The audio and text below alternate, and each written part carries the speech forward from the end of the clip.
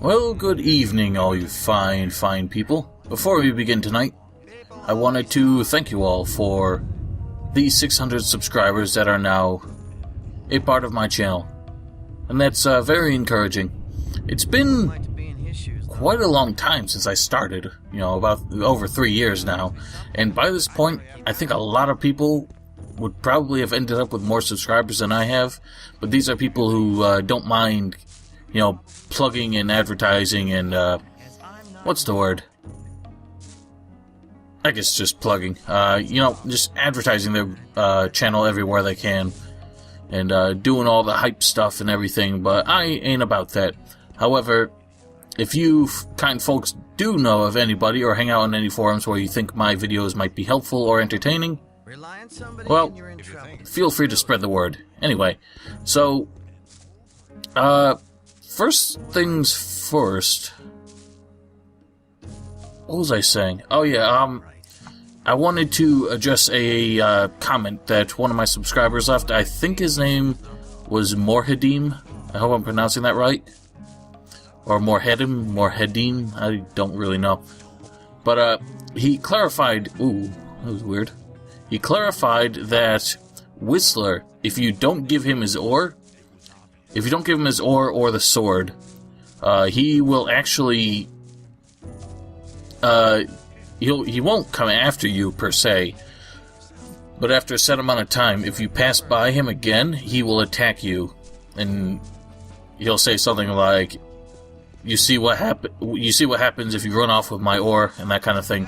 So he'll attack you, and if you manage to beat him, or at least escape him, you can return to Diego, and Diego will actually be impressed by the balls you showed, trying to rip off one of the shadows.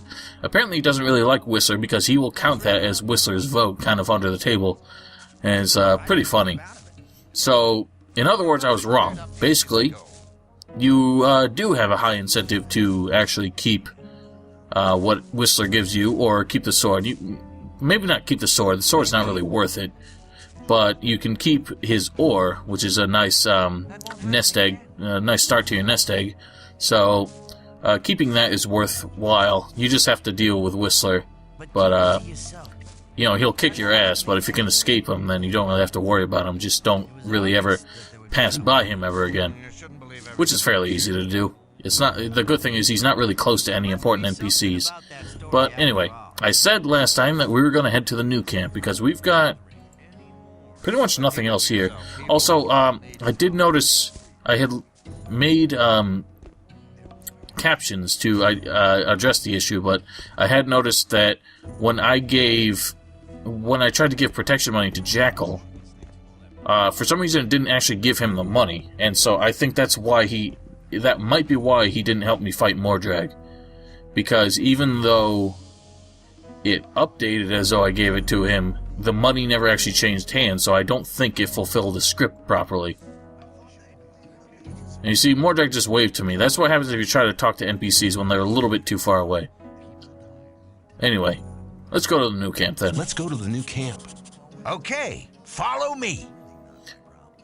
And another one of my subscribers had stated that he thought the videos were not really getting anywhere fast enough. That is because I want to be in-depth with these videos, but to try and compensate, I've decided I'm going to make them a little bit longer. Probably on average like 10 to 15 minutes longer, so they're going to be on par with my Gothic 3 series for the most part. My Gothic 3 series were maybe like 5 or 10 minutes longer than the usual videos I do. I generally try to keep them between 30 and 40 minutes, but I'll extend that just because I'm really taking my time with this one. Before we get too far, we had some scavengers pop up there. Mordrag's very handy. I don't think he can actually get wounded. He's a pretty good shot with a bow, but he doesn't kill the things too quick. He's actually pretty lousy with his melee weapon. But you'll notice NPCs don't tend to switch to their melee weapons in this game if they're defaulting to a bow. Some mods actually seem to change their AI, so they will switch to a melee weapon in close combat. But it's actually not a good thing if you're fighting a lot of NPCs. The fact that they keep using their bows, if you can hit them enough, you can kind of stun lock them, so it's very hard for them to land their arrows. But the problem is you can be much more tactical about fighting someone in melee. You know, you have your blocks available to you, and you cannot block arrows. So if you're smart about how you fight in melee, it's a lot easier to fight someone using a sword than using a bow. So, one of the most famous, or infamous, I should say, segments of this game, it comes later on when you have like a gauntlet of crossbows to run. And it's pretty difficult to pull off without having a ranged weapon of your own. But we're climbing up here because obviously we're meant to. It's designed for climbing, but there is actually someone up here to see. What are you doing here? Don't often get visitors up here. Very clever of you to find my hiding place. What are you doing here? Oh, I'm fed up with the old camp. I had trouble with Gomez's folks. That was some time ago. I guess nobody remembers that now. But I'm staying here. There's too many blockheads running about in the old camp for my liking. Well, why don't you go try one of the other camps? This chest here is actually locked. Now, what's interesting about the chests in this game, even ones that are locked may not appear to have a lock on them, and I'm not really sure, to be honest. I can't remember off the top of my head if any of them do have a lock on them, like visually. And I just broke my last lockpick. That's a shame. There's nothing terribly valuable in there. Once again, very handy strafe trick. You know what? I could try the flying with a map key trick off that ledge, but I don't want to do that while we're still following Mordrag, because if you get too far from an NPC who's trying to lead you somewhere, they tend to disappear. Anyway, what was I saying? Yeah, Gilbert, he doesn't actually do anything, and it seems like he was meant to. He seems like he was meant to be part of a quest. Oh, he did switch to his melee weapon. You know, it's not that they don't always switch to their melee weapons. I mean, it's not that they never do, it's just that a lot of times they don't. I'm not really sure what the trigger is. It might be they have to take a hit by whatever they're attacking before they will switch to melee. I'm not too sure. Anyway, so Gilbert, it seems like there might have been something he was supposed to do.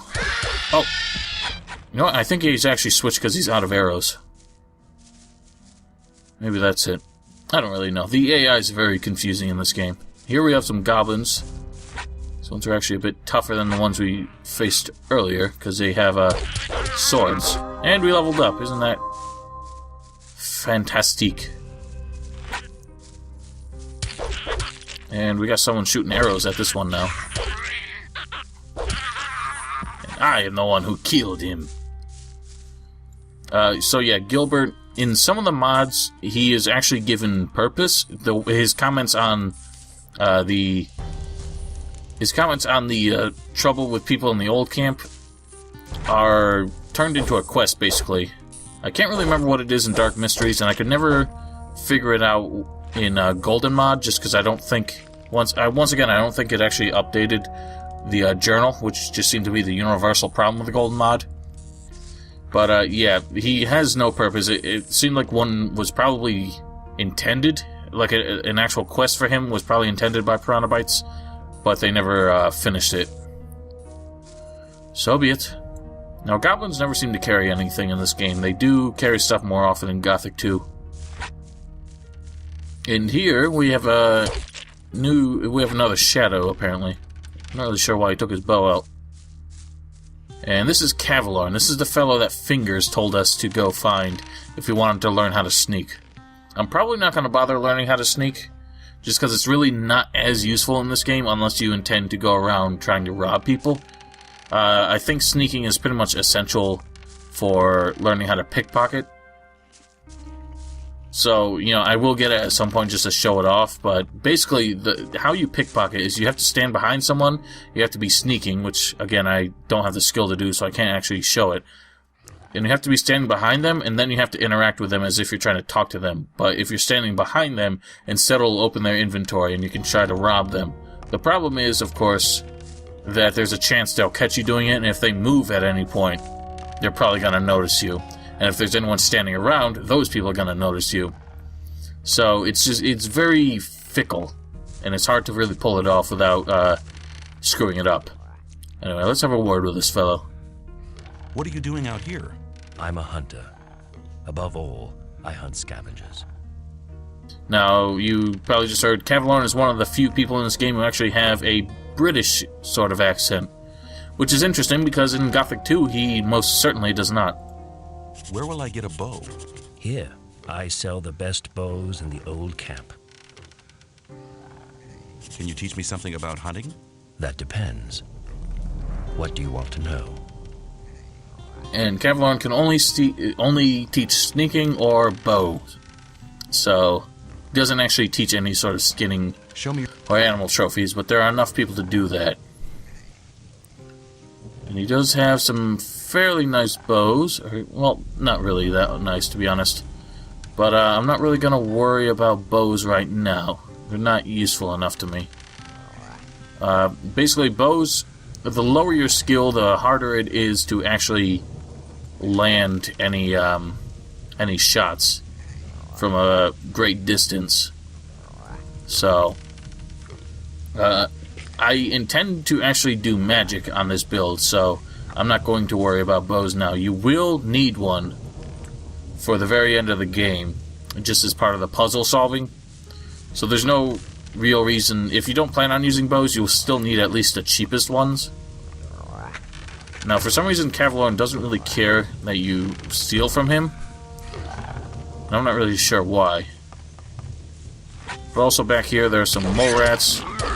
And, ow. Damn it. Getting some input delays. Hopefully, I'm gonna come back here just so we can move Mordrag a little bit closer, just to make sure he doesn't disappear. Okay, well, that didn't really actually move him any closer. But, back in here, in this cave here, is somewhat of a, I guess, a hideout for Cavalorn. I doubt he built it himself, because there's no way he dug a chamber out of the rock here and then built it up with brick and mortar and a wooden door.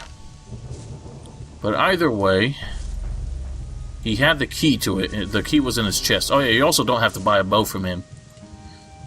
So, this is where you can get the only bow you're ever necessarily going to need. And I'm just going to equip it, because why the hell not?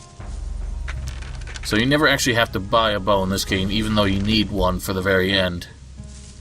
So, only buy a bow if you're actually playing on left, right. Alright, that was simple. Yeah, only buy a bow if you actually plan on investing in that skill, otherwise it's not worth it. And we got another of the same axe, so no big deal. Right, Mordrag is still chilling. I have me a ham and some rice, and we shall be on our merry way.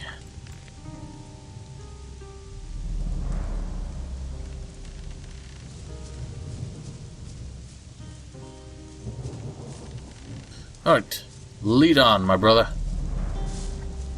So, although Cavalorn isn't really the most talented fighter, he's still very useful, and people leading you or following you, they're also great because you get the experience for anything they kill.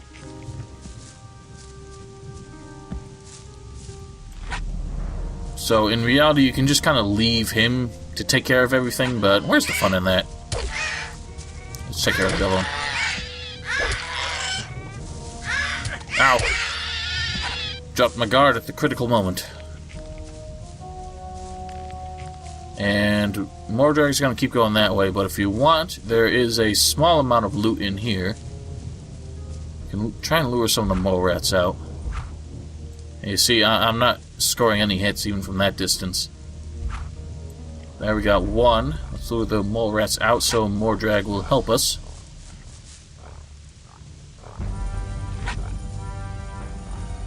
And again, you can just kind of stand here. None of them will actually get any closer to you. And then Mordrag will take care of business for you, if he even feels like getting closer. So you see, the AI in this game is not exactly the most competent. The mole rats won't do anything, and Mordrag's barely able to comprehend how to get near them, even though they're completely harmless. So you can exploit the AI if you wish. I don't intend to go through the whole game like that. I'm sure that would bore a lot of you to tears.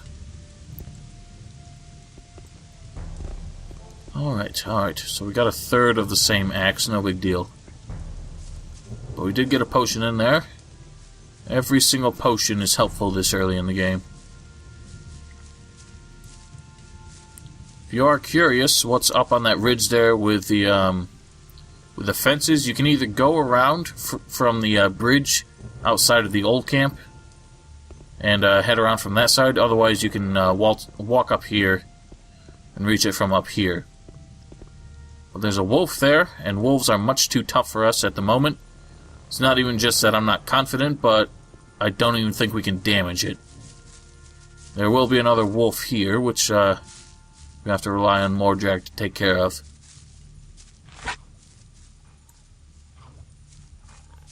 Let's see if I can demonstrate. Yeah, I hit it, but I didn't do any damage to it at all. There's another wolf there. Not sure what he's doing. And it's interesting how, like, a lot of the human AI seems to kind of sync up together. Alright, Mordrag actually did get hurt there. But he'll drink potions. I don't know how many of them he actually has. But, yeah, it's interesting how there's a certain amount of synchronicity to the human AI. If one of them is nearby and he aggroes on something, he somehow gets the attention of the other ones, even without saying anything. I think maybe Piranha Bytes meant to kind of have a script where the NPCs will call alarm to something, but I don't think it actually works properly. They obviously don't say anything, but maybe the script to at least flag the AI of the other NPCs in the area might still work. And I know in Gothic 2, for example, if you're getting chased by a guard in the towns, or like one of the mercenaries on the farm, they will start shouting an alarm to each other to try and get other people to chase you down. So it's pretty interesting how that works. A lot of other games don't really do that. Alright, here's a fellow named Aiden. He looks a bit intimidating. What are you doing here? I'm a hunter. I make a living out of selling skins and teeth. Does it pay? If you know how to cut up the beast the right way, yeah. I want to learn how to cut up animals. What do you want to know? And he pretty much teaches you mostly the same stuff as Drax does, but I don't think Drax can teach you how to skin reptiles. Again, most of the trophies are not really all that worthwhile. They don't cost a whole lot in learning points, but they cost a lot in ore. You know what? We do have enough ore right now where I think it'll be worth it. Because as long as we loot everything we kill, we will at least make this ore back. I want to learn. What do you want? After pretty much exterminating everything What here. do I have to observe while skinning reptiles? The only reptiles suited for this purpose are lurkers and swamp sharks. If you slit the skin at the sides, it'll peel off by itself. From now on, you should be able to skin reptiles. Now, it's not always that intuitive, but I do like how they had the NPCs go into detail how the process works for getting a lot of this stuff, and that's carried through pretty much all the way through Risen 3, which is nice. A lot of the skills in Risen 3 and some of the other games didn't have such detailed descriptions by the NPCs who teach them, but it's nice that they actually did that. Even though none of it actually translates into any gameplay function, anytime you learn how to acquire trophies from animals, it just shows up in their inventory when you loot them. But it's just cool how they tried to at least add that sense of immersion and realism where they're addressing your character, not you, you know? Show me how to take off the claws. Actually, it's quite simple if you know what to do. Bend the claws forward, never backwards. And you mustn't pull them out either. Lizards' claws are especially useful. From now on, you'll know which creature's claws to take.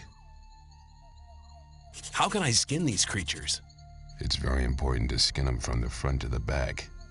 Once you get the hang of it, it'll be easy. Furs are very valuable. The furs of wolves and shadow beasts can be used to make clothes. When you examine the fur of a killed animal, you'll soon notice if it can be used or not. How do I get the teeth? The most important thing is to make sure the teeth don't splinter. To avoid that, put your knife near the center of the tooth and lever it out carefully. You can take the teeth of wolves, shadow beasts, and snappers. He doesn't say so, but I think you can also get the teeth of swamp sharks with that as well. Possibly a few other things. Oh yeah, and troll tusks, but none of that will really come into play later. We will need those things, but it's very contextual which ones will actually drop some of the trophies you'll need for a quest later on. Some more goblins. Again, will kind of depend on Mordrag. There we go. Very nice. Alright, gonna save, because I don't really do that frequently enough when we're traveling.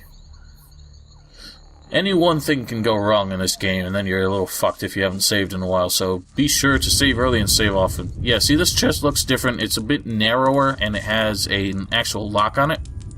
It's weird how some of the ones that don't have locks on it are still locked. Shit. Right. Shit.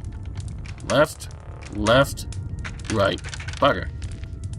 Huh. Well, we got our 2 lockpicks back. Got a nice purse full of ore. Alright, let's get some scavengers coming at us.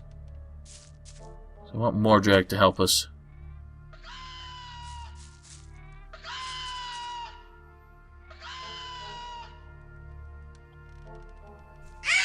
Oh, fucker, I won't block. Alright, well. I thought I would aggro the rest of them. I just don't feel like dealing with that right now. Let's keep going. So yeah, like I said, sometimes at the critical moment, the block function just won't work. I'm not really sure why. And it bugs the heck out of me. And you see these torches here in this path, and now we're at a sort of palisade. Well, here we are. When you pass through the gate, you'll reach the new camp. Talk to Lars. He will help you. Give this to him. It's a precious ring. It's your ticket to see Lars. You need a good reason to be allowed to meet him. Well, thinking about it, I think I'll stay here for some time. I've earned enough for now, and things are heating up in the old camp. If you want, come and meet me at the bar. It's the hut out on the lake. Take care. Will do, buddy. Now, you might eventually catch on to the fact that even though they enunciate it a little differently, a lot of the NPCs in this game sound the same. I can't remember the fellow's name. There's one voice actor who seems to perform more roles in this game than most of the other actors combined. And it's weird how many roles they had this one guy play. He played Diego, he played Gomez, he plays Mordrag. And he didn't really show up in the second game, I don't think, but they've actually had him back in,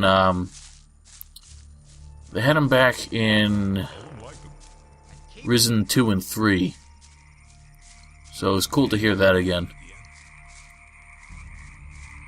Now, naturally, Piranha Bytes does not handle their own localization. They're not big enough for that, so they go through localization companies in the language I'm not really sure what you call them, the language areas of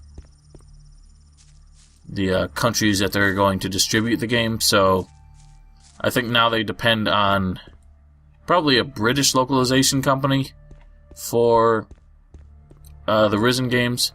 Alright, now I'm going to warn you right now, approach the new camp from the way I did. If you don't, you're going to run into these guys here, and if you pass too close to them, one of them will force a job on you. And we're going to deal with that in due time. I just don't really feel like doing it right now. Do you intend to go through this gate? Do you intend to stop me? No, but you should know what's waiting for you. This is not like in the old camp, and not like being with the sect loonies either. And what am I expecting here? There are no guards or Templars to look after you. It's every man for himself. The only ones who stick together are us mercenaries. What do the mercenaries do? We are the mercenaries of the water mages. Our target is to break free from here. We're working hard for it, and don't plan to take things easy like the guys from the old camp who are just having an easy time resting on the backs of the diggers. And we all follow Lee. He's a great man. He's the one who holds this damn camp together. What do the mages do? They investigate the magic characteristics of the ore our scrapers collect in the mine. As far as I know, they want to blow the whole damn ore mound sky high to free us from the barrier. Sounds dangerous. They said we shouldn't worry. That's encouraging. You have a massive ore mound here? You could say that. We could buy the king's wife for that. But we don't give a damn about trading the ore with that old fart. We want to get out of here. Now, it's kind of funny how he remarks how you could buy the king's wife with that mound of ore, because we find out later that the king's wife has actually been dead for a long time. So I think that was just sort of a little slip of the mind in the continuity when they were writing some of the dialogue here, but it's a fairly innocent one, all things considered. Where's the ore mound? You want to see a real mound of ore, do you? There's a hole in the middle of the cave. They shove it all in there. But you won't get anywhere near it, I can tell you. The mages and our people guard the ore day and night. I was just curious. What about the rest of the people? All crooks. They don't give a damn about the camp. I'd rather just have the peasants guarding the front gate.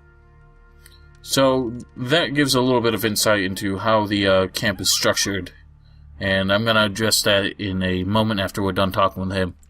How are things going at the moment? The scrapers are still collecting. Once they have enough ore, we'll blow the mound up. Cool. Watch your back. What? Oh. Had me nervous, buddy. Alright, so, there's a fellow on the bridge here. We'll talk to him momentarily. Basically, the way the camp is structured here, there are two groups, the mercenaries and the rogues. The rogues are essentially crooks. They're just banded together to essentially rob whatever they can. They're known for robbing the caravans of the old camp in particular. And they are pretty much the ones that the old camp is at war with. So it gets a bit awkward and really confusing how they interact, because if you join the new camp and return to the old camp, it's not like they attack you on sight. And they clearly allow people like Mordrag in, but Mordrag was given a special pass because he was a gopher for the mages, a messenger. And he's also part of the rogues. He's not part of the mercenaries. Now, you have to, in this game, you have to join the rogues if you want to join the mercenaries.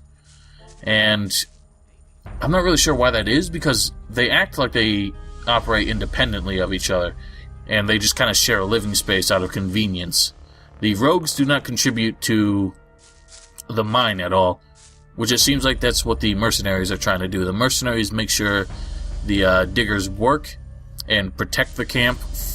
It's not really clear what they're protecting it from, because they don't get attacked by the old camp on a regular basis, and they have no real reason to ever leave the camp, so I'm not really sure why the mercenaries are all that essential. especially in the huge numbers that they exist in. They say they're protecting the mages, but it's really unclear what is actually threatening the mages, because certainly the old camp is not trying to. The old camp, as we've heard, are where the fire mages reside, and they're still, at least on communicative terms, with the water mages here. So I'm not really sure why the mages feel that their lives are at stake enough that they have to hire a whole band of thugs to defend them. Anyway, if any of you have any ideas, musings, or insights to offer on that matter, I'd love to hear it, because it all gets pretty confusing for me. Now, the first thing we see here is a fellow who certainly does not look like a rogue. Here's another Baal, who, again, it seems to be dressed as a novice, so he seems to be one of those that's going around actually trying to possibly recruit new members, which he does actually state here. So You're from the sect camp, aren't you? We call it the Brotherhood. I'm Baal Kagan. The sleep will be with you. And also what with you. What are you doing here? Originally, I was sent here to convince people to join our Brotherhood. But these barbarians are not interested in spiritual enlightenment. Sure, just say that right in front of them. I'm restricted to selling swamp weed. And that is a popular occupation here. Too popular. I can hardly deliver as much as they want to have. Why don't they send an extra man here? Baal Isidro was meant to help me, but he just spends all day in the bar on the lake and trades his weed for rice schnapps. He's addicted to the spirit. I fear I cannot expect any help from him. I could help you sell your weed to the people. I can only entrust such a large amount of weed to members of the Brotherhood. But you could help me give out gifts. Not everybody has tasted my goods yet. As soon as they've tried the weed, they'll want more, which means I can sell more. I thought you could hardly manage to do your tasks now. Baal Isidro will be taken care of soon. I've already sent a message to Kor Kalam. What's in it for me if I hand out the weed for you? I can reward you in many different ways. You can get magic spell scrolls from me, bearing the powerful magic of the sleeper. Or I can help you join our community if that's what you want.